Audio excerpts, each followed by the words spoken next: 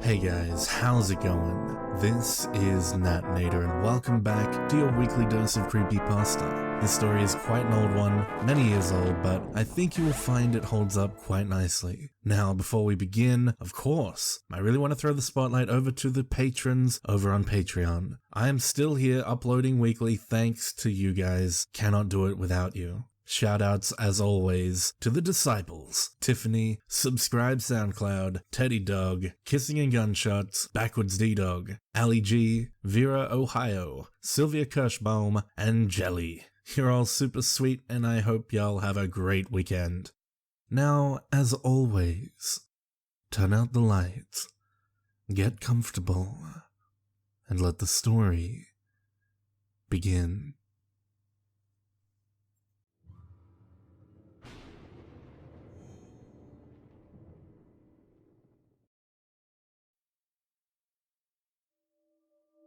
I don't feel like I'm a nosy person. No more nosy than the next guy. I just have what my ma would call an unhealthy amount of curiosity. I was the kid who climbed to the top of the big oak in the backyard just to see what was in the crow's nest. I was the kid who dug a hole in the backyard so deep I hit groundwater because I was convinced there was a cave under our house. And I wanted to see it. To see. My folks aren't dirt poor, but they're pretty close. They're part of that missing middle of America. The people who work 40 hours a week until they die, with no savings to speak of. I got my first job at a horse stable when I was 14. Didn't last very long. I knew I needed to get a job because I knew we needed the money. So I bounced around for the next few years, washing dishes, waiting tables, until I graduated high school. Pop was really tough on me about college. He never went. Nobody in his family had. So there were a few fights about where I would go after school. It was a huge shock to me when just after graduation, he drove me down to the uni. He'd been classmates with the dean and they'd come up with an arrangement where I'd get a full scholarship, provided I made good grades and worked for the university. I never felt like a scholar. In high school, I kept my head down and did enough to get by, pulling off B's and a few C's. I wasn't interested in learning, because learning wasn't interesting. Uni was different. I took mainly core classes, math, English, history, science, but they were fascinating. For one thing, nobody cared if I showed up or not. It was entirely up to me to succeed, and so I did. In exchange for my education, I worked security and did some light maintenance duties. Maintenance was a no-brainer. I've always been handy. And most of the fix-it jobs were the type that could be solved with a liberal application of WD-40, or elbow grease, or both. Security was a different story. Security gave me superpowers. The job itself was pretty easy. I got a uniform, a badge, a flashlight, and Ma gave me some keychain mace for my birthday. No, I didn't get a gun. They weren't allowed on campus anyway. I worked mostly nights and weekends and doubles during long holiday breaks. I was to walk around the full campus twice a night, checking the labs, computer center, and library. The rest of my time was pretty much my own. There were two other guards, Jake and Al, but they worked different shifts from me. We had overlap nights on Wednesday nights where we'd get together for about an hour to discuss any major events or changes. There might have been some beer at those meetings, but I'm underage and you can't prove anything. Jake worked mostly day shift, and Al worked swings and some overnights during the week. Jake was a younger guy, training to be on the local police force, so he took his job pretty seriously. On the other hand, I'm pretty sure Al mostly slept during his shifts. Al was about 2 years older than Dirt, so he deserved his rest. Remember that bit about superpowers? My first night on the job, Al gave me a huge keychain with about 1,000 keys on it. It weighed nearly 5 pounds and was secured to my belt with a heavy-duty metal chain. "Don't lose that keychain, kid," Al said. "You got the keys to the kingdom right there. Any door that don't open, you don't want to go in it." My work hobby, the thing that kept me awake on those long, cold winter break nights, was exploring. I made it a point every night to open some door that I'd never opened before. I started in the news section, where the library and computer center were, opening each room, each closet, making a map in my head of where everything was. Some nights I might explore 2 or 3 rooms. Some nights I might not have time for anything more than an odd, out-of-the-way broom closet. The uni is actually a pretty large campus. For having a full student body of only 12 or 1,300, it was built as a Methodist college in 1896 and became state-owned in the 30s. There were 3 main sections. The old school housed the administration offices and a few unlucky classrooms. Unlucky due to the lack of central heat and air, and the 3-story building had no elevators. The labs were a brutalist horror of poured concrete slabs and tiny windows, built back in the 70s when buildings that looked like Soviet radiators were in style. The new library was steadily losing its new, built in the late 90s boom and made in that unique red brick and glass style like everything else during those years. When I think back to those early days, those days before, I think about how stupid I was, how naive. I should have thought about winter. I should have thought about the solstice. By December of my sophomore year of college, I'd cleared every room in the new library. I had opened every door, checked every closet, and had a good mental map of the whole building. It was ultimately pretty unimpressive. I found no buried treasure, no secret stash of missing computer supplies cached in a forgotten closet somewhere. I did find a small sweaty stack of bad porno mags in a supply closet in the basement level. Wicked, wicked cowgirls. Who was I to judge? December is a slow time for the uni. After the mad rush of finals, the campus was suddenly deserted, the remaining few staff seeming lost. The building stood silent and dark in the thin winter breezes. We had a steady series of snowstorms, but none bad enough to close the campus. I made sure the sidewalks were clear and the entries salted, and otherwise tried to stay indoors. Besides, I had the old school to explore. The main old school building, Downing Hall, was a 4-story V-shaped building. It had no elevators, tiny stairwells, and was only exempted from ADA compliance due to its historical importance. It had no air conditioning, save for sporadic window mount units that were only permitted to be installed on the rear of the building, so as not to spoil the building's historic charm.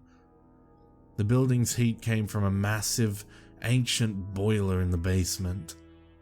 As far as I knew, Al was the only person who knew anything about the boiler, and he must have kept it in good shape, because I never heard of any complaints about it. I spent the second week after finals week poking through the top floors of Downing Hall. I didn't have a lot of time for exploring every night, as the snow gave me more than usual upkeep chores, but I made steady progress. I discovered a small room in the attic on the left wing. Must have been an old dean's office, complete with a beautiful antique desk and wardrobe. I checked both, thinking I might find something historic to give to the dean, but the wardrobe was empty save for a moth-eaten wool scarf, and the desk's contents limited to a few old newspapers and some tax forms from the 50s. A level below, on the building's 4th floor, I found 24 small empty classrooms. In my handyman mindset, I checked the windows for loose glass panes and for water or rodent damage. I fully expected to see rat droppings or at least some insect damage, but I found none. The 2nd and 3rd floors were much the same, except the rooms on the rear of the building were air-conditioned and thus actively used for classes when school was in session.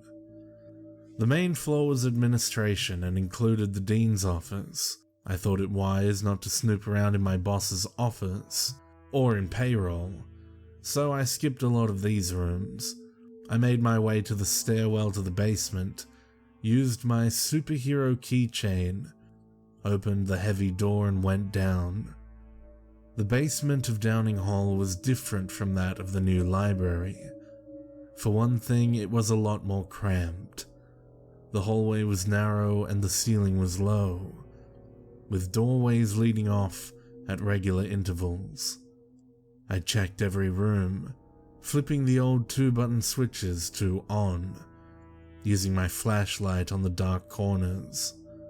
I'd carried a few packs of spare light bulbs, the fancy new CFC bulbs, in my satchel, thinking to replace any that had burned out, and save the environment while I was at it. The little rooms mostly contained junk. Spare desks, filing cabinets full of 40 and 50-year-old papers, old holiday decorations, and so forth, lit by naked hanging bulbs. I'm not an imaginative kind of guy. I guess I'm pretty smart. I'd made straight A's in my college courses. It never occurred to me to be scared.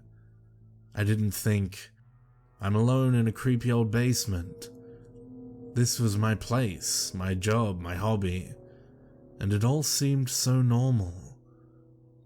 By the night of the 20th of December, I'd made my way to the boiler room. The furnace was a massive monstrosity of iron and rivets, pipes and gauges. It was hellishly hot in that room and equally loud. It was, however, neat and very clean. Al kept it that way, because he said, a clean boiler lets you get more shut-eye. The furnace had been converted from coal to gas at some point, but the soot had stained the walls of the room, and the old coal chute still opened in one of the corners. I had no intention of giving the boiler room more than a glance. I'd been there dozens of times and there was nothing to see, just a workbench and the furnace itself, when I noticed a small door to the back and left behind the furnace. That's weird, thought to myself. I'd never seen that door before. Then again, I'd never stood in that particular spot beside the workbench, and I'd never really looked. The door was smaller than a normal door, maybe 5 feet tall, painted in the same non-colored drab grey-brown of the walls, and was made of metal, just like the other doors in the basement. I went over to the door and touched the handle. I think the body knows sometimes when things are wrong. Have you ever had that feeling like you're being watched? When you know you're totally alone and nobody can see you, but you feel eyes on you. Have you ever gone left instead of right? Because you got a feeling that you just shouldn't go to the right today. It didn't work that way for me. When I touched that doorknob, nothing felt any different. My head didn't hurt, the neck hairs didn't stand up, and I didn't hear an inner voice saying, "Don't do it!" The doorknob turned, but the door wouldn't open. I looked more closely and saw a small keyhole. I checked my magic keychain and found 3 possible matches. Struck out on the first 2, and the third worked, of course. Of course. The hinges squealed like they hadn't been used in a long time, maybe decades. My handyman instincts noted it. "WD-40, I mumbled. I hauled open the door and stepped through into another small, cramped hallway. The light switch worked and the single bulb blew with a crack. Damn it! My hackles did raise then. I flicked on my flashlight and quickly slapped out the hallway bulb with a new one. I looked around and saw this hallway was narrow, straight, and ended a few yards away at another door. That door opened easily onto another stairway. "What the hell?" I said. Nobody had ever mentioned a sub-basement for this building. The hairs on the back of my neck were still standing out. I shook it off as nerves from the blown bulb, walked to the stairwell. It was a standard stairwell and looked pretty much the same as the others in the building. I walked to the bottom and met another door.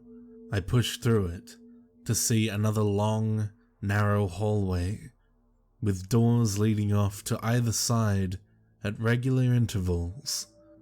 The first door to my left was unlocked and opened fairly easily onto a storage closet.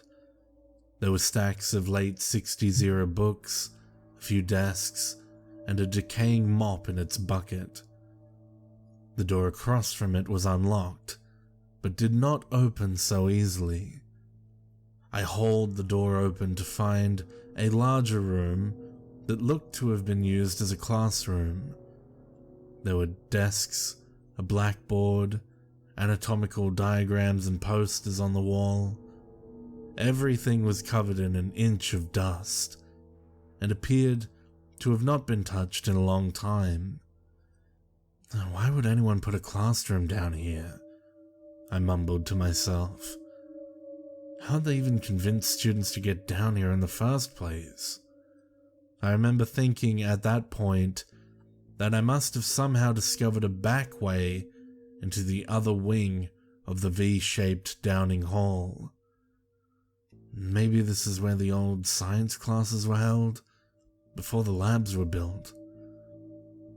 I moved on to the next set of rooms. They were both classrooms, abandoned, dust-covered and mostly empty. So were the next pair, and the next. I saw a total of 12 disused classrooms in that hallway, and a small break room, complete with a lonely coffee pot. I also found 2 small restrooms. I didn't spend much time checking them out, as the lights didn't work and I didn't feel like replacing those bulbs. I felt myself getting slightly nervous. I was in a strange section of the campus, and I was working alone that night. In the back of my mind, I just couldn't truly justify the existence, the waste, of a whole floor full of unused classrooms. When I got to the end of the hallway, I met another steel door. I opened it and saw another stairwell. I was fully expecting this stairwell to go up, to connect to one of the other main stairwells in Downing Hall. The stairs only went down. This was the point, I remember, at which I began to get scared. No way. There's no way these stairs go down. How would anybody get down here? Here, the stairwell echoed at me. I should have checked the time. I should have been concerned with finishing my rounds. I should have been hungry for lunch. I should have run. I started to climb down the stairs. This stairwell was unlit and appeared to be much older and in much worse condition than the others. It was also longer, much longer. After a few minutes of walking down the steps, I began to count them. At every 12 steps there was a small landing, a turn, and another set of steps. Down. After 10 landings, I reached another door.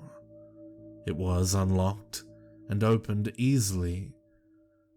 The hinges squealed and the echoes died like lost things in the dark.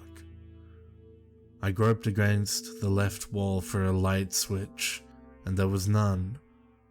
I checked the right, and the wall was equally smooth. I cast a flashlight around but saw nothing. Nothing forward, nothing to either side, and nothing above. I snapped my fingers, listening for the echo. I may or may not have heard one. I slowly came to realize the room into which I had entered was enormous, cavernous, possibly the biggest room I'd ever physically experienced. I shrank back to the doorway for a moment. This room can't be here, I said to myself. I started to think about going back, but I also started to think about wanting to know what was in there. I took a step forward, and another, until I was walking steadily into the room.